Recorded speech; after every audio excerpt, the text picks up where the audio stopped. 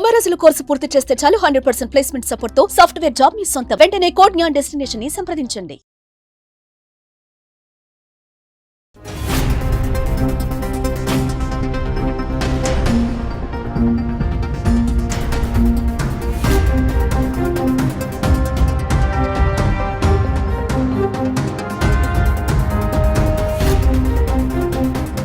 గత 40 రోజులుగా విజయవాడ వాసులతో పాటు విజయవాడ చుట్టుప్రక్కల ఉన్న వాసుల్ని కూడా అలరిస్తూ ఉన్న జలకన్య ఎగ్జిబిషన్ ఈ రోజు అగ్నికి ఆహుతైందనే చెప్పాలి.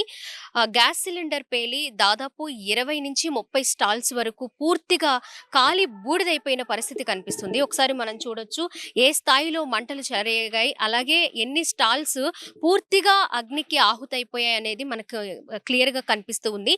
ఏదైతే స్టాల్స్ స్టార్టింగ్ లో జలకన్యలతో పాటు ఆ తర్వాత కొన్ని బర్డ్స్ ని అవన్నీ కూడా అరేంజ్ చేశారు. అలాగే కాశ్మీర్ లో ఎలా ఉంటుందో ఆ స్నో టైప్ హౌసెస్ కానివ్వండి, అక్కడ ఏ విధంగా ఉంటుందో ఆ సెటప్ ఒకటి, అండ్ లోపలికి వచ్చిన తర్వాత మనకి స్టాల్స్ కనిపిస్తాయి. ఆ స్టాల్స్ దగ్గర జరిగిన అగ్ని ప్రమాదమే ఇది. దాదాపు 20 నుంచి 30 స్టాల్స్ వరకు కూడా పూర్తిగా కాలిపోయాయి. ఎంతో పెద్ద పెద్ద స్టాల్స్, ఎందుకంటే స్టార్టింగ్ లో మనం వచ్చినప్పుడు ఎగ్జిబిషన్ ని కవర్ చేసినప్పుడు వేల సంఖ్యలో ఇక్కడ ఐటమ్స్ అనేవి ఉన్నాయి. చాలా మంది ఇక్కడ జీవనోపాధి పొందుతూ కొన్ని స్టాల్స్ వారు జనవరి 4వ తారీఖున ఓపెన్ చేశారు. వస్తున్నది సమ్మర్ కాబట్టి ఆ సమ్మర్ హాలిడేస్ ని కూడా దృష్టిలో పెట్టుకొని అప్పటి వరకు కూడా ప్లాన్ చేసుకున్న పరిస్థితి మనకి కనిపిస్తున్నాయి. చూడండి గాజులు, ఎగ్జిబిషన్ అనగానే చాలా మంది గాజులు కొనుక్కోవడానికి వస్తూ ఉంటారు. అన్ని రకరకాల మోడల్స్ ఎక్కడా లేని కలర్ఫుల్ గా కనిపిస్తూ ఉంటాయి. అలాంటివి ఆడవాళ్ళకి సంబంధించినవి, ఇంట్లో కావాల్సిన కిచెన్ వేర్ కావచ్చు, అన్నీ కూడా ఇక్కడ పూర్తిగా కాలిపోయాయండి. ఒక్క వస్తువు కూడా ఎందుకు పనికిరాని విధంగా కాలిపోయాయి. ఇక్కడ మెడలో వేసుకునే దండలు, జూకాలు అవన్నీ కూడా మసైపోయినాయి. చూడండి వాళ్ళకి ఎంత నష్టం జరుగుండొచ్చో. మనకి గుడ్ న్యూస్ అనుకునేది ఏంటి అంటే ఎవరికి గాయాలు కావడం కానీ అండ్ అలాగే ప్రాణ నష్టం కానీ జరగలేదు. కానీ ఎక్కువ మొత్తంలో ఆస్తి నష్టం అయితే జరిగింది. ఆస్తి నష్టాన్ని అంచనా వేయడానికి ఇంకాస్త టైం పడుతుంది. ఎప్పుడైతే అంటే మధ్యాహ్నం కావడం 1 గంట మధ్యలో జరిగిన ప్రమాదం ఇది. ఈ టైంలో ఎప్పుడైతే భవానీపురం పోలీసులకి సమాచారం అందిందో వాళ్ళు వెంటనే ఫైర్ స్టేషన్కి సమాచారం అందించడం, వాళ్ళు కూడా త్వరగా రావడం, మంటల్ని చాలా త్వరగానే కంట్రోల్ చేశారనే చెప్పాలి. అందుకు వెనక సెటప్ అంతా కూడా పక్షులు అలాగే జంతువులు ఉన్నాయి, అంటే యానిమల్స్ అలాంటి సెటప్ వేశారు. అవి ఏం కాకుండా ఉన్నాయి. ఇక్కడ వరకే ఆగిపోయింది. మనకి లైవ్ లో చూసిన వాళ్ళు, ఇక్కడే ఉన్న వాళ్ళు కొంతమంది ఉన్నారు, వారితో మాట్లాడే ప్రయత్నం చేద్దాము. ఇక్కడ చూడండి ఏదైతే సిలిండర్ పేలిందో ఆ సిలిండర్స్ ఇవి. ఫస్ట్ ఆ సిలిండరు, తర్వాత ఈ సిలిండరు. చూడండి ఒక్కసారి ఎలా మధ్యలోకి ఏదో మన మామిడి పండు లేకపోతే పుచ్చకాయ అలా పగిలిపోతాయి చూసారా, అలా పగిలిపోయింది ఇది. నేను ఈ ఫ్రూట్స్ తో కంపేర్ చేశాను వీటిని. ఇదైతే పూర్తిగా ఓపెన్ అయిపోయింది. అలాగే ఈ 2 సిలిండర్లు కూడా లీక్ అయ్యాయి. ఇక్కడ ఓపెన్ లేదు చూడండి, క్లోజింగ్ లేదు, ఇలా ఓపెన్ అయ్యాయి. ఇక సేఫ్టీ సిలిండర్స్ అయితే చూడండి చాలా ఉన్నాయి ఇక్కడ.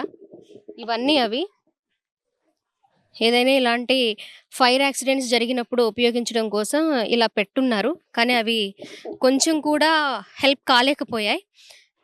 ఇంకా మొత్తం పూర్తిగా ఏమీ మిగలలేదు. అన్ని కప్స్ కానివ్వండి, అలాగే బట్టలు కూడా పెట్టారు ఒక స్టాలు. అలా రకరకాల స్టాల్స్, ఇటువైపే స్టాల్స్ అన్నీ ఉన్నాయి. ఈ లైన్లోనే ఆ స్టాల్స్ అన్నీ కూడా పూర్తిగా పోయాయి. ఫైర్ యాక్సిడెంట్ జరిగినప్పుడు లైవ్ లో ఉన్న వ్యక్తితో మనం మాట్లాడుతున్నాము. సరే ఏం జరిగింది, అసలు ఎలా జరిగింది? ఇక్కడ నేను వర్క్ చేసుకుంటున్నాను అండి, చాక్లెట్ ఫౌంటైన్ నాదే. ఈ అనుకోకుండా ఏంటంటే గ్యాస్కి కనెక్టర్ ఒకటి ఉంటుందండి. కనెక్టర్ ఎలా ఉంటుందంటే ఒకసారి తంతది. వాళ్ళకి ఏంటంటే దాని మీద అవగాహన లేకపోవడం వల్ల ఏంటంటే వాళ్ళు భయపడి బయటకు వచ్చేసారు. ఆ బయటికి రావడం వల్ల ఏంటంటే బయట కట్టను ఒకటి ఇది ఉంటాయి కదా, ఇప్పుడు ఫ్రేమ్ కొట్టినప్పుడు కింద రౌండ్ కస్టమర్స్ని ఆకర్షణగా ఏంటంటే మొత్తం చుడతా ఉంటాం అన్నమాట. ఆ చుడతం వల్ల ఆ క్లాత్ చుట్టేసింది. ఆ చుడతం ఏంటంటే పక్కన ఈ 1/1 అని ప్లాస్టిక్ కదా స్పీడ్గా అంటుకుంటుంది. దానివల్ల అనుకోకుండా జరిగింది. అంతే, అనుకోకుండా పెద్దదైంది. అవడం ఏంటంటే వాళ్ళు అక్కడే జస్ట్ ఇప్పుడు ఈ ఫైర్ సిలిండర్లు మేము పెట్టామండి, ప్రతి స్టాల్కి పెట్టాము. ఇవి వాళ్ళకి అవగాహన లేదు. ఉండుంటే కనుక ఈ ఫైర్ అసలు అయ్యేది కాదు. ఆ సేఫ్టీగా ఆ సిలిండర్లు పెట్టినా కూడా వాటిని ఉపయోగించలేదా? వాళ్ళకి తెలియక ఉపయోగించలా. సేఫ్టీలో ప్రతి స్టాల్‌కి ఇలాంటి సిలిండర్ ఒకటి పెట్టాము. ప్రతి స్టాల్‌కి దానికి గాని, దేనికి గాని పెట్టాము. వాళ్ళకేంటంటే ఎలా వినియోగించాలో చూస్తున్నారు కానీ పనవ్వట్ల. భయపడి పారిపోయారు బయటికి. ఎవరికి ఏం కాలేదు కదండి. అసలు ఎవరికేం ఆస్తి నష్టం ఎంత అయి ఉండొచ్చు? వచ్చి మేడం ఒక 80 లాక్స్ అనుకుంటున్నాము. ఎన్ని స్టాల్స్ అండి మొత్తంగా? 20-30 లోపు అనుకుంటున్నాము. 12 మేడం. ఇక్కడ యాక్చువల్‌గా ఎలా ఉంటదంటే ఒక స్టాల్‌కి ఒక ఓనర్ ఉండడండి. 4, 5 స్టాల్‌కి ఒక ఓనర్ ఉంటాడు. 4 అయితే ఒకేసారి తీసుకుంటారు. తీసుకొని ఓనర్ ఒకాయన ఉంటాడు. అది మన సేల్స్ గర్ల్స్ గాని, సేల్స్ బాయ్స్‌ని పెట్టుకొని చేపించుకుంటారు. అసలు ఎప్పటి వరకు ప్లానింగ్ అండి ఎగ్జిబిషన్? హాలిడేస్ వస్తున్నాయి, సమ్మర్ హాలిడేస్, ఎప్పటి వరకు అనుకున్నారు? కానీ కాదు యాక్చువల్‌గా ఏంటంటే ఇది మేము ఈ మంత్ ఇదే ఎండ్ ఆపేసేసి మళ్ళీ ఏదైనా మంచి కాన్సెప్ట్‌తో నలుగురు బతికే విధంగా ట్రై చేశారండి ఆర్గనైజర్ ఆయన. దా ఇంకా అన్ఎక్స్‌పెక్టెడ్‌గా ఇలా జరిగేటప్పటికి ఇంకా మరి ఇప్పుడు ఈ మాట నేను అడగొచ్చో లేదో, ఇక్కడితో క్లోజ్ చేస్తున్నారా ఎగ్జిబిషన్ని? మరి తెలీదు. పర్మిషన్ అనేది ఇప్పుడు వస్తారో లేదో మనకు తెలీదు. యాక్చువల్‌గా అయితే నాకు తెలిసి ఎవరైనా అనుకుంటున్నాం. ఇస్తే ఓ 10 మంది బతుకుతాం. ఎందుకంటే చాలా ఆస్తి నష్టం జరిగింది మాకు.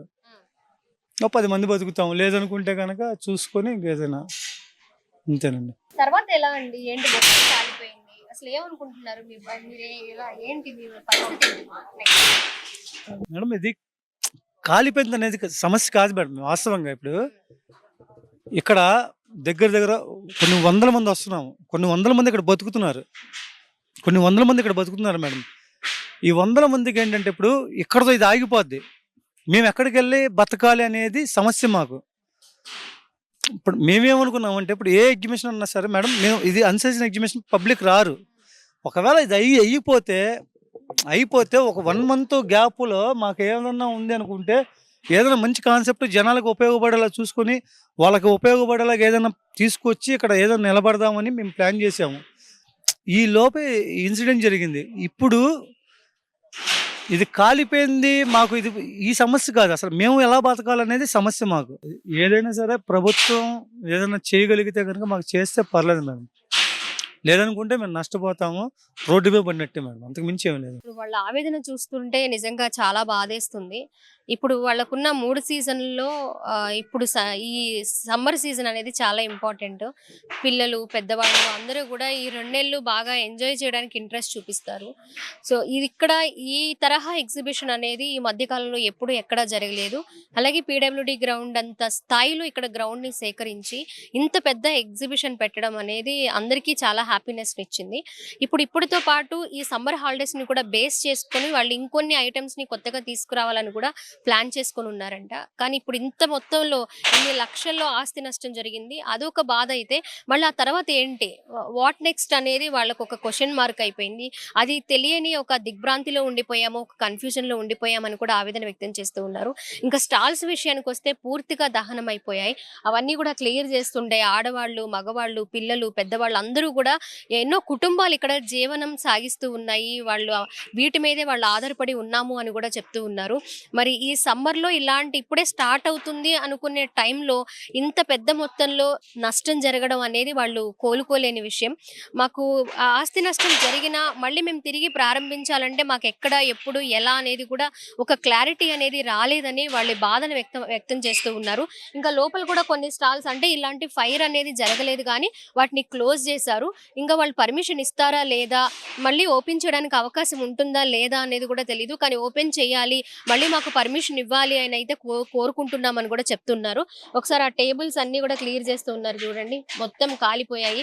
టేబుల్స్ అన్ని క్లియర్ చేస్తూ ఉన్నారు.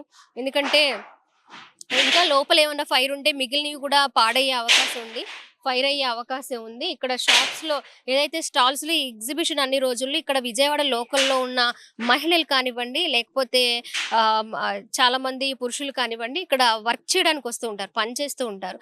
సాయంత్రం 4 గంటలకి స్టార్ట్ అయ్యే ఈ ఎగ్జిబిషన్ రాత్రి 10, 11 గంటల వరకు ఉంటుంది కాబట్టి రోజు సాయంత్రం వచ్చి ఇక్కడ జీవనం సాగిస్తున్న వాళ్ళు కూడా ఉన్నారు. ఈ కుటుంబాలతో పాటు అలా నష్టపోయిన కుటుంబాలు కూడా, అంటే ఈ 3 నెలలు కూడా వాళ్ళకి అవకాశం పోయినట్టే కదా, అలా కూడా చాలామంది మహిళలు బాధపడుతూ ఉన్న పరిస్థితి ప్రస్తుతం అయితే ఇక్కడ ఉంది.